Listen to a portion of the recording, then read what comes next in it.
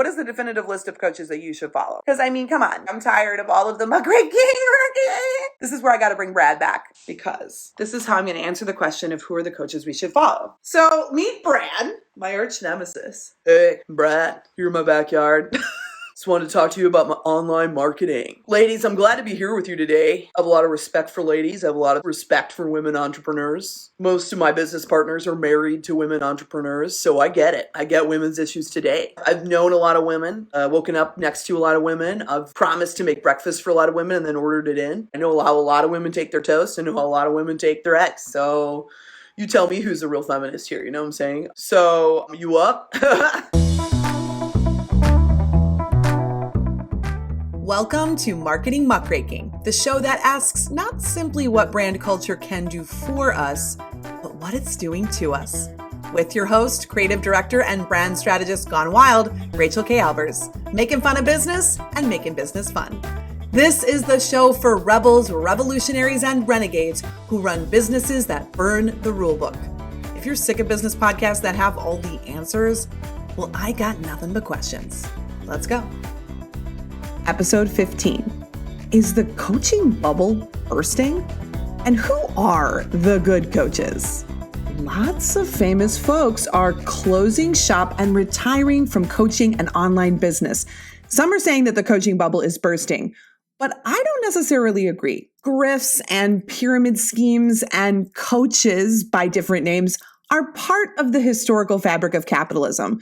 Remember episode 13 to Napoleon Hill? He was a business coach before we had that term. There will always be more people desperate to get rich quick. So I think people leaving coaching and online business aren't evidence that the bubble is bursting, but that their bubble is bursting. They're burned out. And more than anything, I think that they're realizing that the only ways to continue scaling at massive rates are unsustainable, unethical. The coaches aren't going away. The world is hurting right now, and there will always be people who need support or want a magic pill. What we're seeing is turnover. For all of the burned out folks leaving, there are endless ready to come in and take their place. Why do you think so many business coaches target brand new entrepreneurs or hopefuls eager to give their 2 weeks notice? The title of Amy Porterfield's upcoming book for people who haven't even left their jobs yet, but want to and want into the online business game. Because this audience is green and hasn't been around long enough to notice the patterns. This is how folks like Tiny Tony Robbins, and Dean Graziosi continue to scale after all of these years, with partners like Jenna Kutcher, who give them access to a brand new audience of folks who have never heard their sales pitch. Folks who don't realize that much of their business advice is available free on Google. Filling a funnel with newbie entrepreneurs is part of the strategy for gaining transformational testimonials. The info that they sell in their programs is elementary, but to a new entrepreneur who has never heard this stuff before, it can feel mind-blowing. So do I think that the coaching bubble is bursting forever? No. Yeah, I think we can expect more regulation, but just like diet pills, sellers will simply adapt and change their methods. So much of the worst coaching weaponizes the desperation that people feel within capitalism. As long as people are hurting, these coaches will sell to that pain. Who doesn't want an easy way out? Tale as old as time. But the problem is the system that puts profits over people, not a few unethical coaches. For example, I see so many folks peddling the message that wealth building specifically is a feminist endpoint in and of itself. But this denies the reality of this economic system. Extreme wealth or wealth in general is literally impossible for all people within capitalism. Selling wealth as the solution without a critical analysis of the reality of capitalism, it's just more of the same. This episode of Marketing Muckraking is all about the question, if the coaching bubble isn't bursting for good, then who are the good coaches, RKA?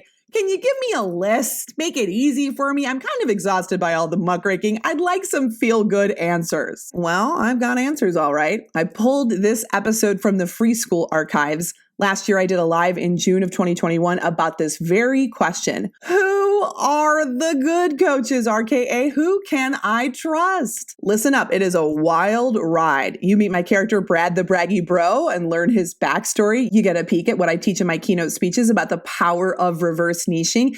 And you get my answers about who are the coaches you can trust. Damn it! Buckle up. Let's go on an adventure. Hey, it's RKA, and we're back in the Home Office Palace. We're trying to get our life on track here, people. And so welcome to the Home Office Palace. Welcome to Muckraking on a Sunday. Where the hell is my coffee is question number one. I got a whole coffee.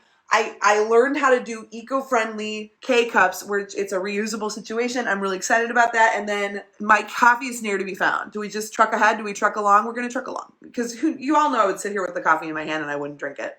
And it would become cold, and then we would drink it cold in about 45 minutes, and it wouldn't be pleasurable. I'd feel a lot of things. So we're just going to bypass that. We're just going to go straight for the content. The content today is finally, a lot of you have been asking me, all right, okay, all these motherfuckers, mother unstuckers, we can't trust them, okay? I get it. Can you just, okay, but who are the good ones, though? Are there some good ones? There are some people I follow. I'd love you just give me the blue check of approval. The rainbow check of approval. Can you give me the rainbow check? Okay. Fine. I'll give you everything you wanted and more. Okay? Make every man want you. This is what Marie Forleo told me in my ear. She is what is that character in Willy Wonka that's going around whispering into the kids' ears right after they get the golden ticket? I don't remember. But that's kind of like Marie Forleo in this situation. She's Slugworth or something. Is that his name? Slugworth? There's a slug in there somewhere. Okay? A lot of you have been asking me as we dive into how this unregulated industry, it's not just coaches. Well, and I guess it is coaches. It is also business experts, right? Coaches, not just of the life coach persuasion. It goes all these directions: health coaching, life coaching, the spirituality world, the business world. I came from the Marie Forleo world of it all in the sense of I never did B school. You're going to want to check out my recap, RachelJennaAmy.com. But I did work with hundreds of people who came through the ranks, who came through Forleo, who came through B school, and all of these other folks. They're coming at it from this business perspective. They were brought into this kind of predatory, unregulated industry of self-appointed experts by way of wanting to build their businesses. It really unveigles, if you will, to use an E.E. Cummings term,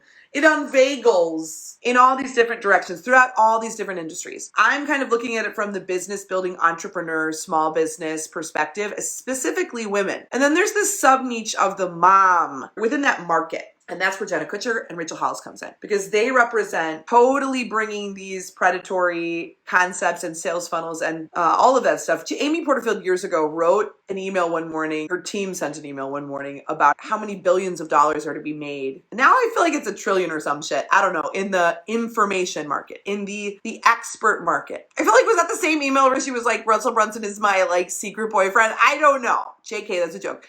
All this money to be made in this unregulated way, and all these people who have all these very real dreams. This is how they get you. It's like the gold rush all over fucking again. People rushing out to California to get their scalable funnel ass dream. So, I mean, it's unveigles into all these different industries. I'm looking at it from business. And we got the mommy market now. We've got the market of Jenna Kutcher moms. And then that unveigles into what? MLMs. And suddenly where it's like, MLMs, online business, B school, all of this shit. How do you disentangle them from each other? So the question now is, all right, okay, all these mother unstuckers, we can't trust them, okay? I get it. Can you just, okay, but who are the good ones though? Are there some good ones? So meet Brad, my arch nemesis. I shapeshift into this character and I kind of think I'm hot. So I'm not going to lie about that. And I am attracted to this type of a vibe. So I'm not... What if I met an actual Brad in the world and I was like, let's see what happens here? I don't know. Hey, Brad, you're in my backyard. Just wanted to talk to you about my online marketing. You know, ladies, I'm glad to be here with you today. I have a lot of respect for ladies. I have a lot of respect for women entrepreneurs. Most of my business partners are married to women entrepreneurs, so I get it. I get women's issues today. I've known a lot of women. I've woken up next to a lot of women. I've promised to make breakfast for a lot of women and then ordered it in. I know how a lot of women take their toast. I know how a lot of women take their eggs. So, You tell me who's the real feminist here, you know what I'm saying? Yeah, it's pretty much it. I mean, breakfast is as far as I go in terms of like, I'll take you out for drinks though. So, you up? So, I wanted to tell you a little bit about my real self though. God, I can't do it. I'm like, wait a minute. I don't have a backstory yet. Isn't that fun though? We'll go back. We'll Scooby-Doo that again. That's Brad. He was one of the first awkward marketers that I created. It was Amy Porterfield telling me to buy Russell fucking Brunson Dance. And it was a free book, but I paid $6 for it. So how free was it? I went to an event where I saw a Brad in the wild, where this guy, before he had glasses, I'll just tell you that. That's all I'll tell you. And you know what? If you know, you know. This guy walks out on stage. The whole lights went dark in this Marriott ballroom, let's be honest. The lights go down in the Marriott ballroom. And we're like, what the fuck is going on? I'm trying to, I'm writing in my notebook. And then there's this giant projector and it's this huge trailer. It's this trailer for this guy. He's like walking through the streets of New York. He's wearing a gray suit, a business suit. He's making money happen. You know he's making money because he's wearing a business suit on the streets of New York. And then there's like a part about his mom where he was like, I used to be poor. And it's pictures of a very poor woman, really blurry from a long ago. And it's like, Mama, everyone was poor. We were all poor. Remember how we were poor? But now I'm in New York and I'm in a fucking power suit and I'm walking. You can't see, but I'm doing bicycle kicks. So we're in this Marriott ballroom. The lights are down. You're watching this trailer for some dude with glasses. You don't even know who the fuck he is, but you know that he's in a power suit in New York. He used to be poor. His mom was poor. We know that for sure. And then he walks on stage. It's like everyone gives him a standing ovation. I was like, okay.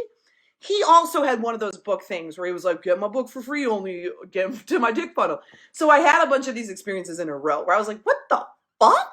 And then Brad was born. I remember when I came up with the top 5, I was like, you know what I'm going to do?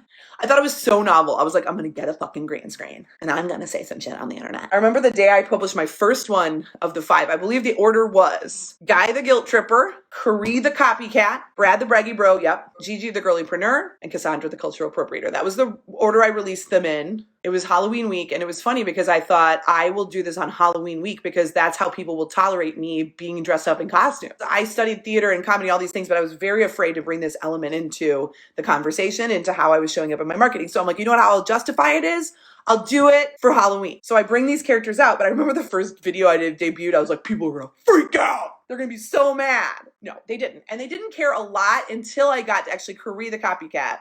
People love that. It was my very first Marie Forleo's character spoof. And in that character, by the way, Carrie the Copycat wasn't making fun of Marie Forleo. I never was. Until I watched her for a very long time. I watched her fuck up a lot. And like people I knew who worked for her that made me give her the benefit of the doubt. Because I was like, if these people who are politically very conscious, she had a very diverse team. If these people are co-signing her, that must mean there's something that I don't know. That's how I was for a long time. And then she lost her whole team. So I was like, oh shit. But the whole point is I wasn't making fun of Marie Forleo. I was making fun of the people who copied her because they were plentiful. And I don't know if it's worse to be Marie Forleo, to be like somebody who's like a knockoff from Marie Forleo, borrowing her worst ideas and regurgitating them and trying to charge the same amount of money to their clients, sometimes more, because they do it in private coaching and it's garbage. So that was Carrie. The truth is, people agreed. They were all like, this is amazing. People loved it. People loved it when I wasn't naming names, but they didn't, like, enough people didn't love it. Let's be honest. But also, I was talking to somebody the other day who was like, okay, but what is, like, the reality? Like, how do you build a business? Like, what are the tricks? What are the hacks? What are the secrets? What is the way? And I'm like, okay, it's a long game. That's what the way is. It's a long game. You know, the reality is, if you are truly meeting an audience that needs what you do, your service or your product, and you are working to be a really good ambassador and communicator of what it is that you do to help people, because that's the hardest part, is communicating it. Marketing is the hardest part, in my opinion, for most people. The hard part is not being good at what you do. This is where you want to pay attention to the Marie Forleos. They're really good at the marketing. And the question is, are they as good at the delivery as the marketing, right? Most of the people I work with over the years, they're amazing at what they do, or their product is so great, but they suck at marketing. They want to be able to hire it out. Unless you have the Marie Forleo money, it's really hard to hire it out well. You'll find someone cheap and they are not going to do you justice. That's the secret. Like if you're doing that and you're really good at communicating, and that's probably the hardest thing and it'll take you the longest amount of time is to communicate. You're strategically putting yourself in the right places. You're creating a body of work. That sucks too, because you're like, wait a minute, I'm making the work itself. So how you dare you tell me I have to also create a body of work in talking about my own work? Yes. Welcome to This is Building a Business. It's not just that you're out there, let's say you are a coach, changing lives that way. It's not that you're just a designer, you're just an artist, you're just a jewelry maker, you're just a accountant. I'm sorry, unfortunately. You want to create your own business, then you have to become the messenger of your business. This is why people go into corporate, or they work for the man, or they work for someone else. Why? Because someone else is doing that. If you don't want to become the best messenger and communicator and steward, and you don't want to be able to walk into any room and essentially be able to ready to pitch an investor, in theory, be the best ambassador of your own ideas, to be your own fucking walking spokesperson, to be your own one-person marketing jamboree band that when in need, you could do it all by yourself as the head of your company, right? If you don't want to do that, you should work for somebody else. And I would say, or get a business partner, but don't do that. I haven't known any business partnerships to work out, by the way. Do you guys remember Amy Porterfield and Devin Duncan were partners for years? He came in and he gave her a bunch of money and managed her systems. He controlled the funnels and she just was making the ideas and being the face, and he gave her money. Yes, and I don't know. Anyway, that went south, by the way. And I've never heard a business partnership that hasn't. So we're getting away from ourselves. What is the definitive list of coaches that you should follow? That's where we're going now. Because, I mean, come on. Can we just please okay, I'm tired of all of the muckraking. This is where I got to bring Brad back, because this is how I'm going to answer the question of who are the coaches we should follow. When I do speeches, my first polished speech that I was really proud of starts off, and it's fucking awesome. I've never seen anyone do anything like this on stage. It starts off like this. I love going into the bathroom as me, but then coming out of the bathroom as Brad. So that's part of my thing is when I do Brad at an event, it's me and Brad. We're together. Because underneath, I always have a hoodie on, and underneath the hoodie is a full rainbow experience. When we do our thing, me and RKA at an event, let's say, I will, if possible, walk the streets or the hallways of the Marriott, wherever you're going to be. And I'll just kind of walk around as Brad, just chilling out, vibing, ready for people to take photos. People always want photos. People always want a piece of this. So I definitely love to bring that energy before I hit the stage. So I'm rocking. I come out as Brad. I give him a little spiel. And then at some point, I'll call out the event organizer, especially if they're in the room. Ideally, they're in the room. They've been briefed. This is what my boy Tiny Tony, Russell B taught me. I'll be like, hey, Byron, I know I promised you I wasn't going to sell from stage, but I just can't pass up this amazing opportunity. Today and only today, for 44 payments of $999, I'll give you my 7 secrets to 7-figure success in 7 minutes. They'll come out and they'll be like, Brad, you can't. Brad, no. And I'll be like, sorry, guys, I gotta go. And then Archaic comes out. And it's off the wig and the hat and the glasses go and the hoodie, and then underneath is rainbow Archaic. And I will say that's fun. It's a fun moment, and very few people, I've never seen it done. No, but here's the point. When I Scooby-Doo into me, I'll say, hey, looks like you just met my arch nemesis, Brad. That guy, am I right? Clicked on one of his ads one day, and then the guy won't leave me alone. He's relentless. But here's the thing about Brad. He keeps his promises. Oh shit, this is where it's gonna get fucked up. He keeps his promises. See, because of Brad, I have grown my business. I've gained new clients. I've created an unforgettable body of work. And it isn't because I followed Brad into some shiny dick funnel. It's not because of that. It's because Brad taught me a little thing I like to call reverse niching. And the whole concept of reverse niching is sometimes in business, to discover what you're for, what your brand is all about, you need to start with what you're against. And that's what Brad has been to me. He's taught me everything. He's been like a little bell. Anytime I see a Brad out there that bothers me, anytime I get that twinge of, God damn it, I'm like, ooh, it's like a little bell going off, going ding, ding, ding, ding, ding, pointing me towards my values. And so this is something I've been talking about for years. So then Brad brought it to life. I'm able to literally show you the whole Jekyll and Hyde experience of, here Brad is, Scooby-Doo, you just met Brad, my arch nemesis, but here's the thing, he keeps his fucking promises. Why? My business has grown because of Brad. I have stepped into my fucking truth and shit as well, which is kind of cool. Brad is my spiritual guide now too? Cool. Brad helped me become myself? What?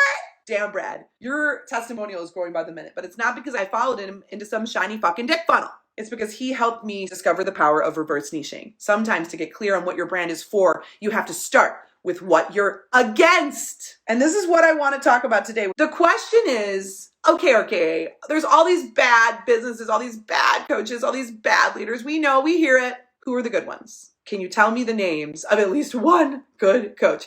So this is where I want to talk about this concept of reverse niching. To discover what you're for, start with what you're against. And when I do my talks, I say, here's what I want you to create. We're going to help you find your brand values. And now we're going to apply this concept of reverse niching over to finding the good coaches. And who are they? All right. With the brand values piece, what I like to say is, okay, I give some examples where I'm like, make a little simplified tic-tac-toe grid. And at the top, you're going to put a few concepts.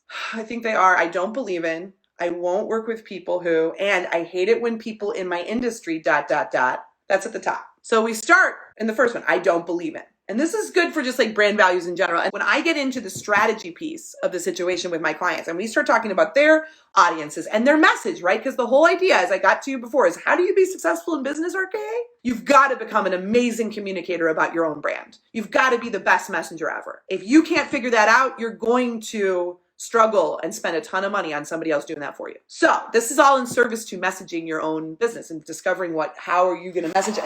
So I would ask people about their freaking audiences. Nobody could ever say it. They'd always be like, women, people, really people, because couldn't everybody benefit from what I do? I always get on the phone with people. You get on the phone with a coach and don't even tell me. If you're a coach out there, you know this is true. You know you secretly believe this in your fucking heart.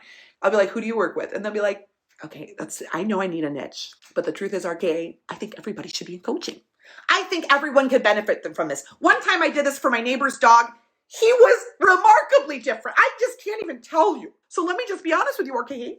Between you and me, I work with everybody. I even work with plants, but only some type of like hostas. The wide leaves, they're very intelligent. But when I ask the question, it gets really magical. When I ask the question, who will you absolutely positively never work with? Well, then I get an answer like that. Boom! Who will you never freaking work with? They're like, well, I don't work with. I'm like, wait a minute, you just said you work with plants. I work with everybody and plants and some form of insect, cephalopods. I've worked with so many people who struggle so hard with this because they're like, I mostly work with blank, but once in a while I'll have blankety blank come through my doors. I've had such great experiences with them, so I don't want them to feel alienated.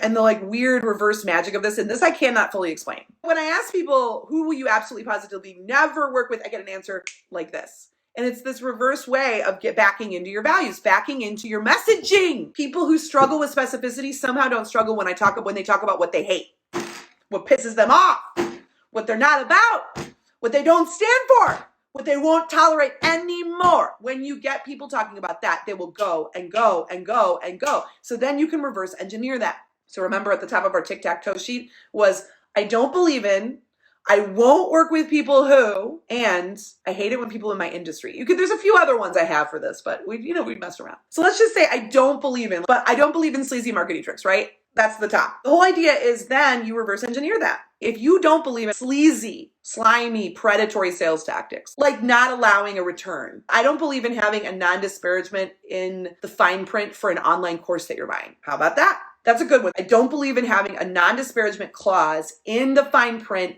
of an online course you're buying. What does this mean about the kind of business I want to create? It means that I believe in giving my clients, giving customers, see, this is hard, all the information so they can take full agency over their buying experience. We're going to leave that as a workshopped answer right there, okay? It's not perfect, but I think it's okay. That's just an example of reverse engineering your way into your values. And that's a very specific one. And that's what I want. When I teach this, I recommend people do like 10 in every category. It's very juicy and you get so many nuggets for your copy and for your messaging. And like I said, you want to be successful in business, you've got to become the most amazing messenger, the most amazing communicator, the most compelling storyteller about your brand. That's the magic pill, and it's so hard. There is no magic. It's very hard or expensive. I mean, you can hire people to do that for you, but the good ones are going to cost you. So then the next category is I won't work with people who, for me, an easy one that I always put in this category was I won't work with people who hate new technology. Because it's like when I got somebody that comes in the gate in a call and will be like, I refuse to do Instagram. I refuse to do email marketing. I refuse to do blank.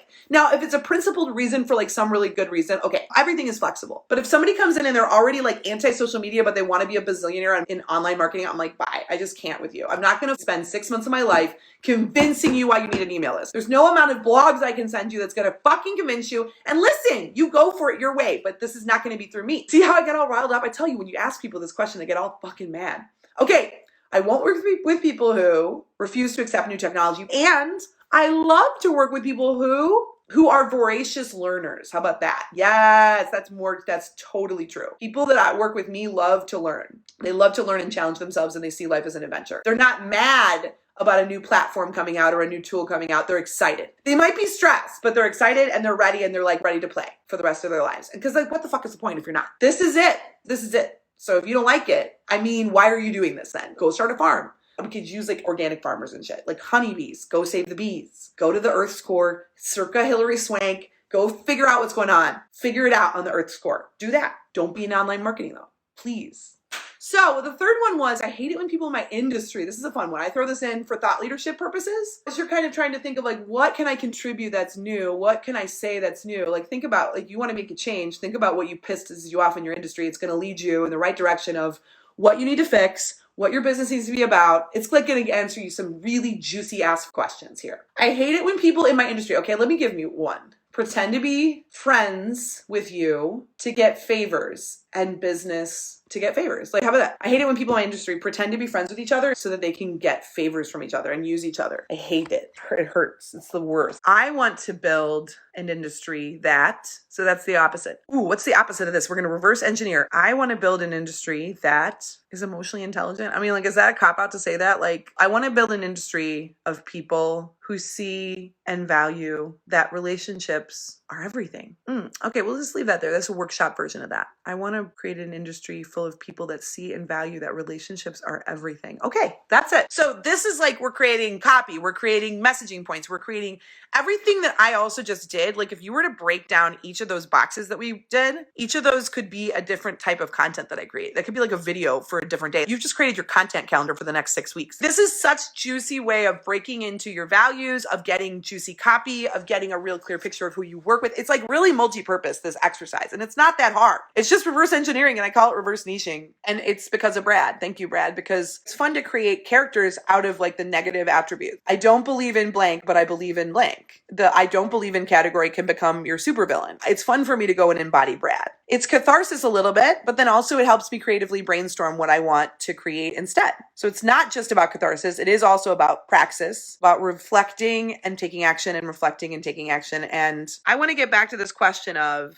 who are the good coaches? And I know, I clickbaited you here. I fucking clickbaited your asses. You saw this coming a mile away, didn't you? Because I don't have a list for you, and I never will come up with one. I don't think that's the answer, and I know that that's not the answer. When you're making cupcakes or whatever, and you can, instead of eggs, you can maybe use a banana. Unfucking fortunately, I do not have a banana for this. Or what is it? Applesauce is the other alternative. Applesauce, bananas. There's nothing that applesauce and bananas can do here for us, okay? But we can this way of getting clear. Like if we look at what is wrong, non-disparagement clauses in online courses, pay-to-play friendships. If I don't believe in the sales pages that have these big shiny testimonials, but then when you look at the bottom, the fine print says results not typical, then you can reverse engineer that. You can then get clear about the type of nuance that is demanded of the coaches that you invest in. For me, I will tell you a few clear signs of like for me, I wouldn't invest in a coach that does have a huge celebrity. I would want a coach that's going to give me some level of personal attention. Even if you're doing a group program, I don't think all this shit is bad, but you need someone that is going to be there with you.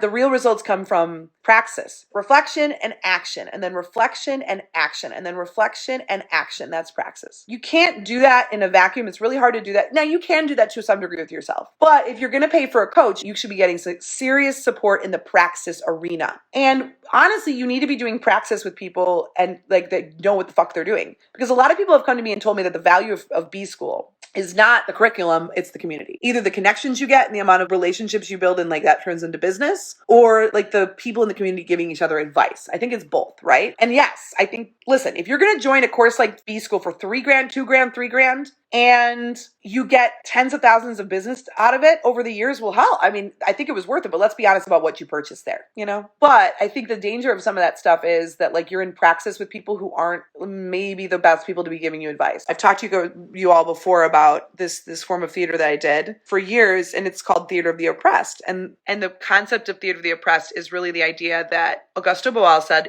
theater is a rehearsal of revolution. And one of the types of Theater of the Oppressed that I really love is called forum theater, and it's where a group of actors will perform a scene. They're from the community. It's always important that the actors come from the community that they're doing the play with and for. And they'll do a scene about a form of oppression that they experience in their community. And if we were to do this, Theater of the Oppressed, but for business, it would be a scene about fucking pay-to-play bullshit. No, it would be a scene about a predatory coach trying to get you to buy something that you shouldn't buy. They play out the scene, and then what happens next is the Joker's role is to be a neutral facilitator. The Joker will turn to the spectators, that's the audience, and say, what did you see here? other. And the audience will say, we saw this, that, and the other. And then the Joker will say, what could have been done to change this outcome? Now, one of the principal concepts of theater of the oppressed is that you can't change the oppressor. You can only change the oppressed. Now, we've talked about this before. We are all an oppressor and we are all oppressed, right? So it's finding that part of yourself that is being taken advantage of and figuring out how can you make different choices to disentangle yourself from this oppression. The idea of doing this theater is not that somebody's going to come up with the answer, because what's fun about it is, okay, you ask the audience, what would you do to change the course of this play? What would you do to change the ending? Somebody in the audience is always like, it's always a dude. He's like, I would do this. And then the Joker will invite them on stage and ask them to replace the actor in the scene, and they will do the scene again. Now it's improv, because we've got a new person from the audience who replaced the person, the oppressed person in the scene, and they're going to try to get a new outcome. In this case, remember, the outcome is that they don't buy the shitty product. But of course, the actors who are in the scene still have been trained to get to the shitty outcome no matter what, because that's how this oppression works. If you go on to a sales call with a shitty coach and you give them an objection, they've been trained to overcome that objection. Same thing with the actors in the scene. So that more and more people from the audience, the spectators, come into the scene to replace, to try to get to a new outcome. The idea with this form of theater is not that you get a catharsis. Like, all of us go to the theater and we're like, ooh, we see their story and I feel better now. I'm the hero too. The idea is not that you get the answer. The idea is that the audience leaves the theater talking. They're probably arguing. In forum theater, the goal is not that the audience is sitting back in their seats like I just was. The goal is for your audience to be like this, talking to each other, saying, wait, what do you think? We should go, let's go in there. What would we do? What would I do? What would you do? What would you do if you were in there? What would you do if you were up there? And then they're like, and then like every time you get a chance to replace the spectator or the actor, you're not going to get a chance in every case, right? So then you leave the theater, and the whole goal is like afterwards you leave with your friends, whoever you went to the show with, and you're walking away and you're talking about it. You're talking about the problems in your community and how you can fix them. There's a book. It's called Games for Actors and Non-Actors. It's by Augusto Boal. It's full of theater games. And I learned a lot of them actually in theater school, but they were not presented to us like that, which pisses me off. I'm like, you had an opportunity to teach us about fucking theater for social change and you didn't? Okay, cool. But by the book, Games for Actors and Non-Actors, it'll give you instructions for how to lead these games, how to lead games that help people find their own answers. I realize this is coming back to our coaching question, right? Sometimes people will talk about, they'll be like, oh, you're so courageous, you're so strong, you're so brave. And I understand that's what I look like. And I mean, I am. And we all are, by the way. This is not about me as like the courageous person in the world. But it's almost like what I realized recently about the last few months of my own journey throughout my life is that I've done this very thing. Theater is a rehearsal of revolution. When we go into Instagram, into our stories or in our lives, we are doing a performance. Let's be honest. There is a performance happening. That is, you're communicating, you're storytelling. There's nothing wrong with that. That is what we're doing. We're being messengers. We're writing a story for ourselves, for our audiences, for the world. I realize that my strength, because there's a lot of masculine in me, there's a lot of Brad in me, and the performance of courage or bravery or whatever is my own rehearsal of revolution. It is me performing the person I want to be. They always say, like, smile until you're happy, but it's kind of like that. Dress for the fucking job you want. The last few months have been so hard on me that I had to perform the strong ass bitch that I wanted to be. And it was a rehearsal of my own revolution. And there came a day when I was held against my will and I had to be that strong woman. And I had been rehearsing to be her. Times where I had gaslighting conversations with people in my industry or my family or my friends. And I had been rehearsing to be brave and strong. I had been rehearsing to invoke my rights. I had been rehearsing my anger. I had been rehearsing my holding to myself even in the midst of a storm. I had been rehearsing. So let's get back to this coaching question. The answer here is I want you to start identifying. This is about you, not me. I've told you what I think is problematic about all these fucks, and I'll keep telling you. You've got to determine what you find most problematic, and then I want you to reverse engineer. If you don't believe in coaches that use these shiny, slick promises, then you need to look for who is the answer. The answer is a coach that does a very nuanced, what's the reverse engineer it? For me, it's folks that it's not going to look like a traditional launch funnel structure. I personally am always looking for a lot of personal attention. I'm always looking for folks that honor the nuance of every situation. So you don't get caught in a sales contract that like if a horrible thing befalls you, you can't get out of it. Shit like that. I can't give you a name, but I can give you a structure and a process for reverse engineering through what pisses you off. This is where this live co-muckraking edition ended last year. Sorry to clickbait ya, but if I had told you that you had the answers within you, would you have listened?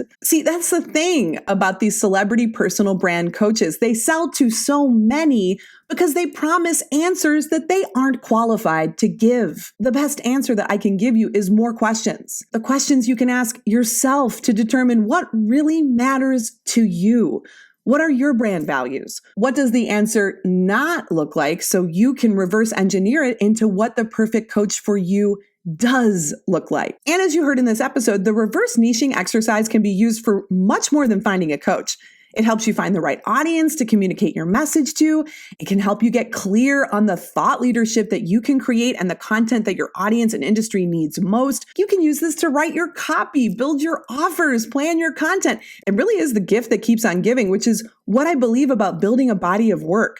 The stuff you create today in service to your larger message is the gift you give your future self and your audience. Now, sometimes people hear me teach about reverse niching and they think that I'm telling them to make angry content. I don't want to be angry, RKA. That's just not my style. But anger isn't the end goal. It is about using what frustrates you to guide you towards the change your industry needs, the business you want to create, the people you want to collaborate with. You don't need to show up with anger, although you certainly can. You just need to let the anger be a signal, a flag, pointing you in the direction of what matters most to you.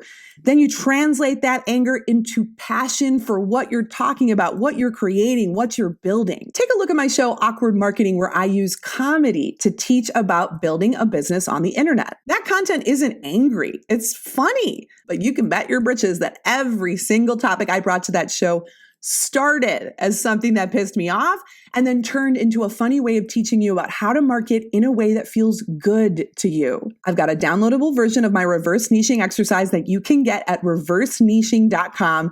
That's reverse NICHING.com.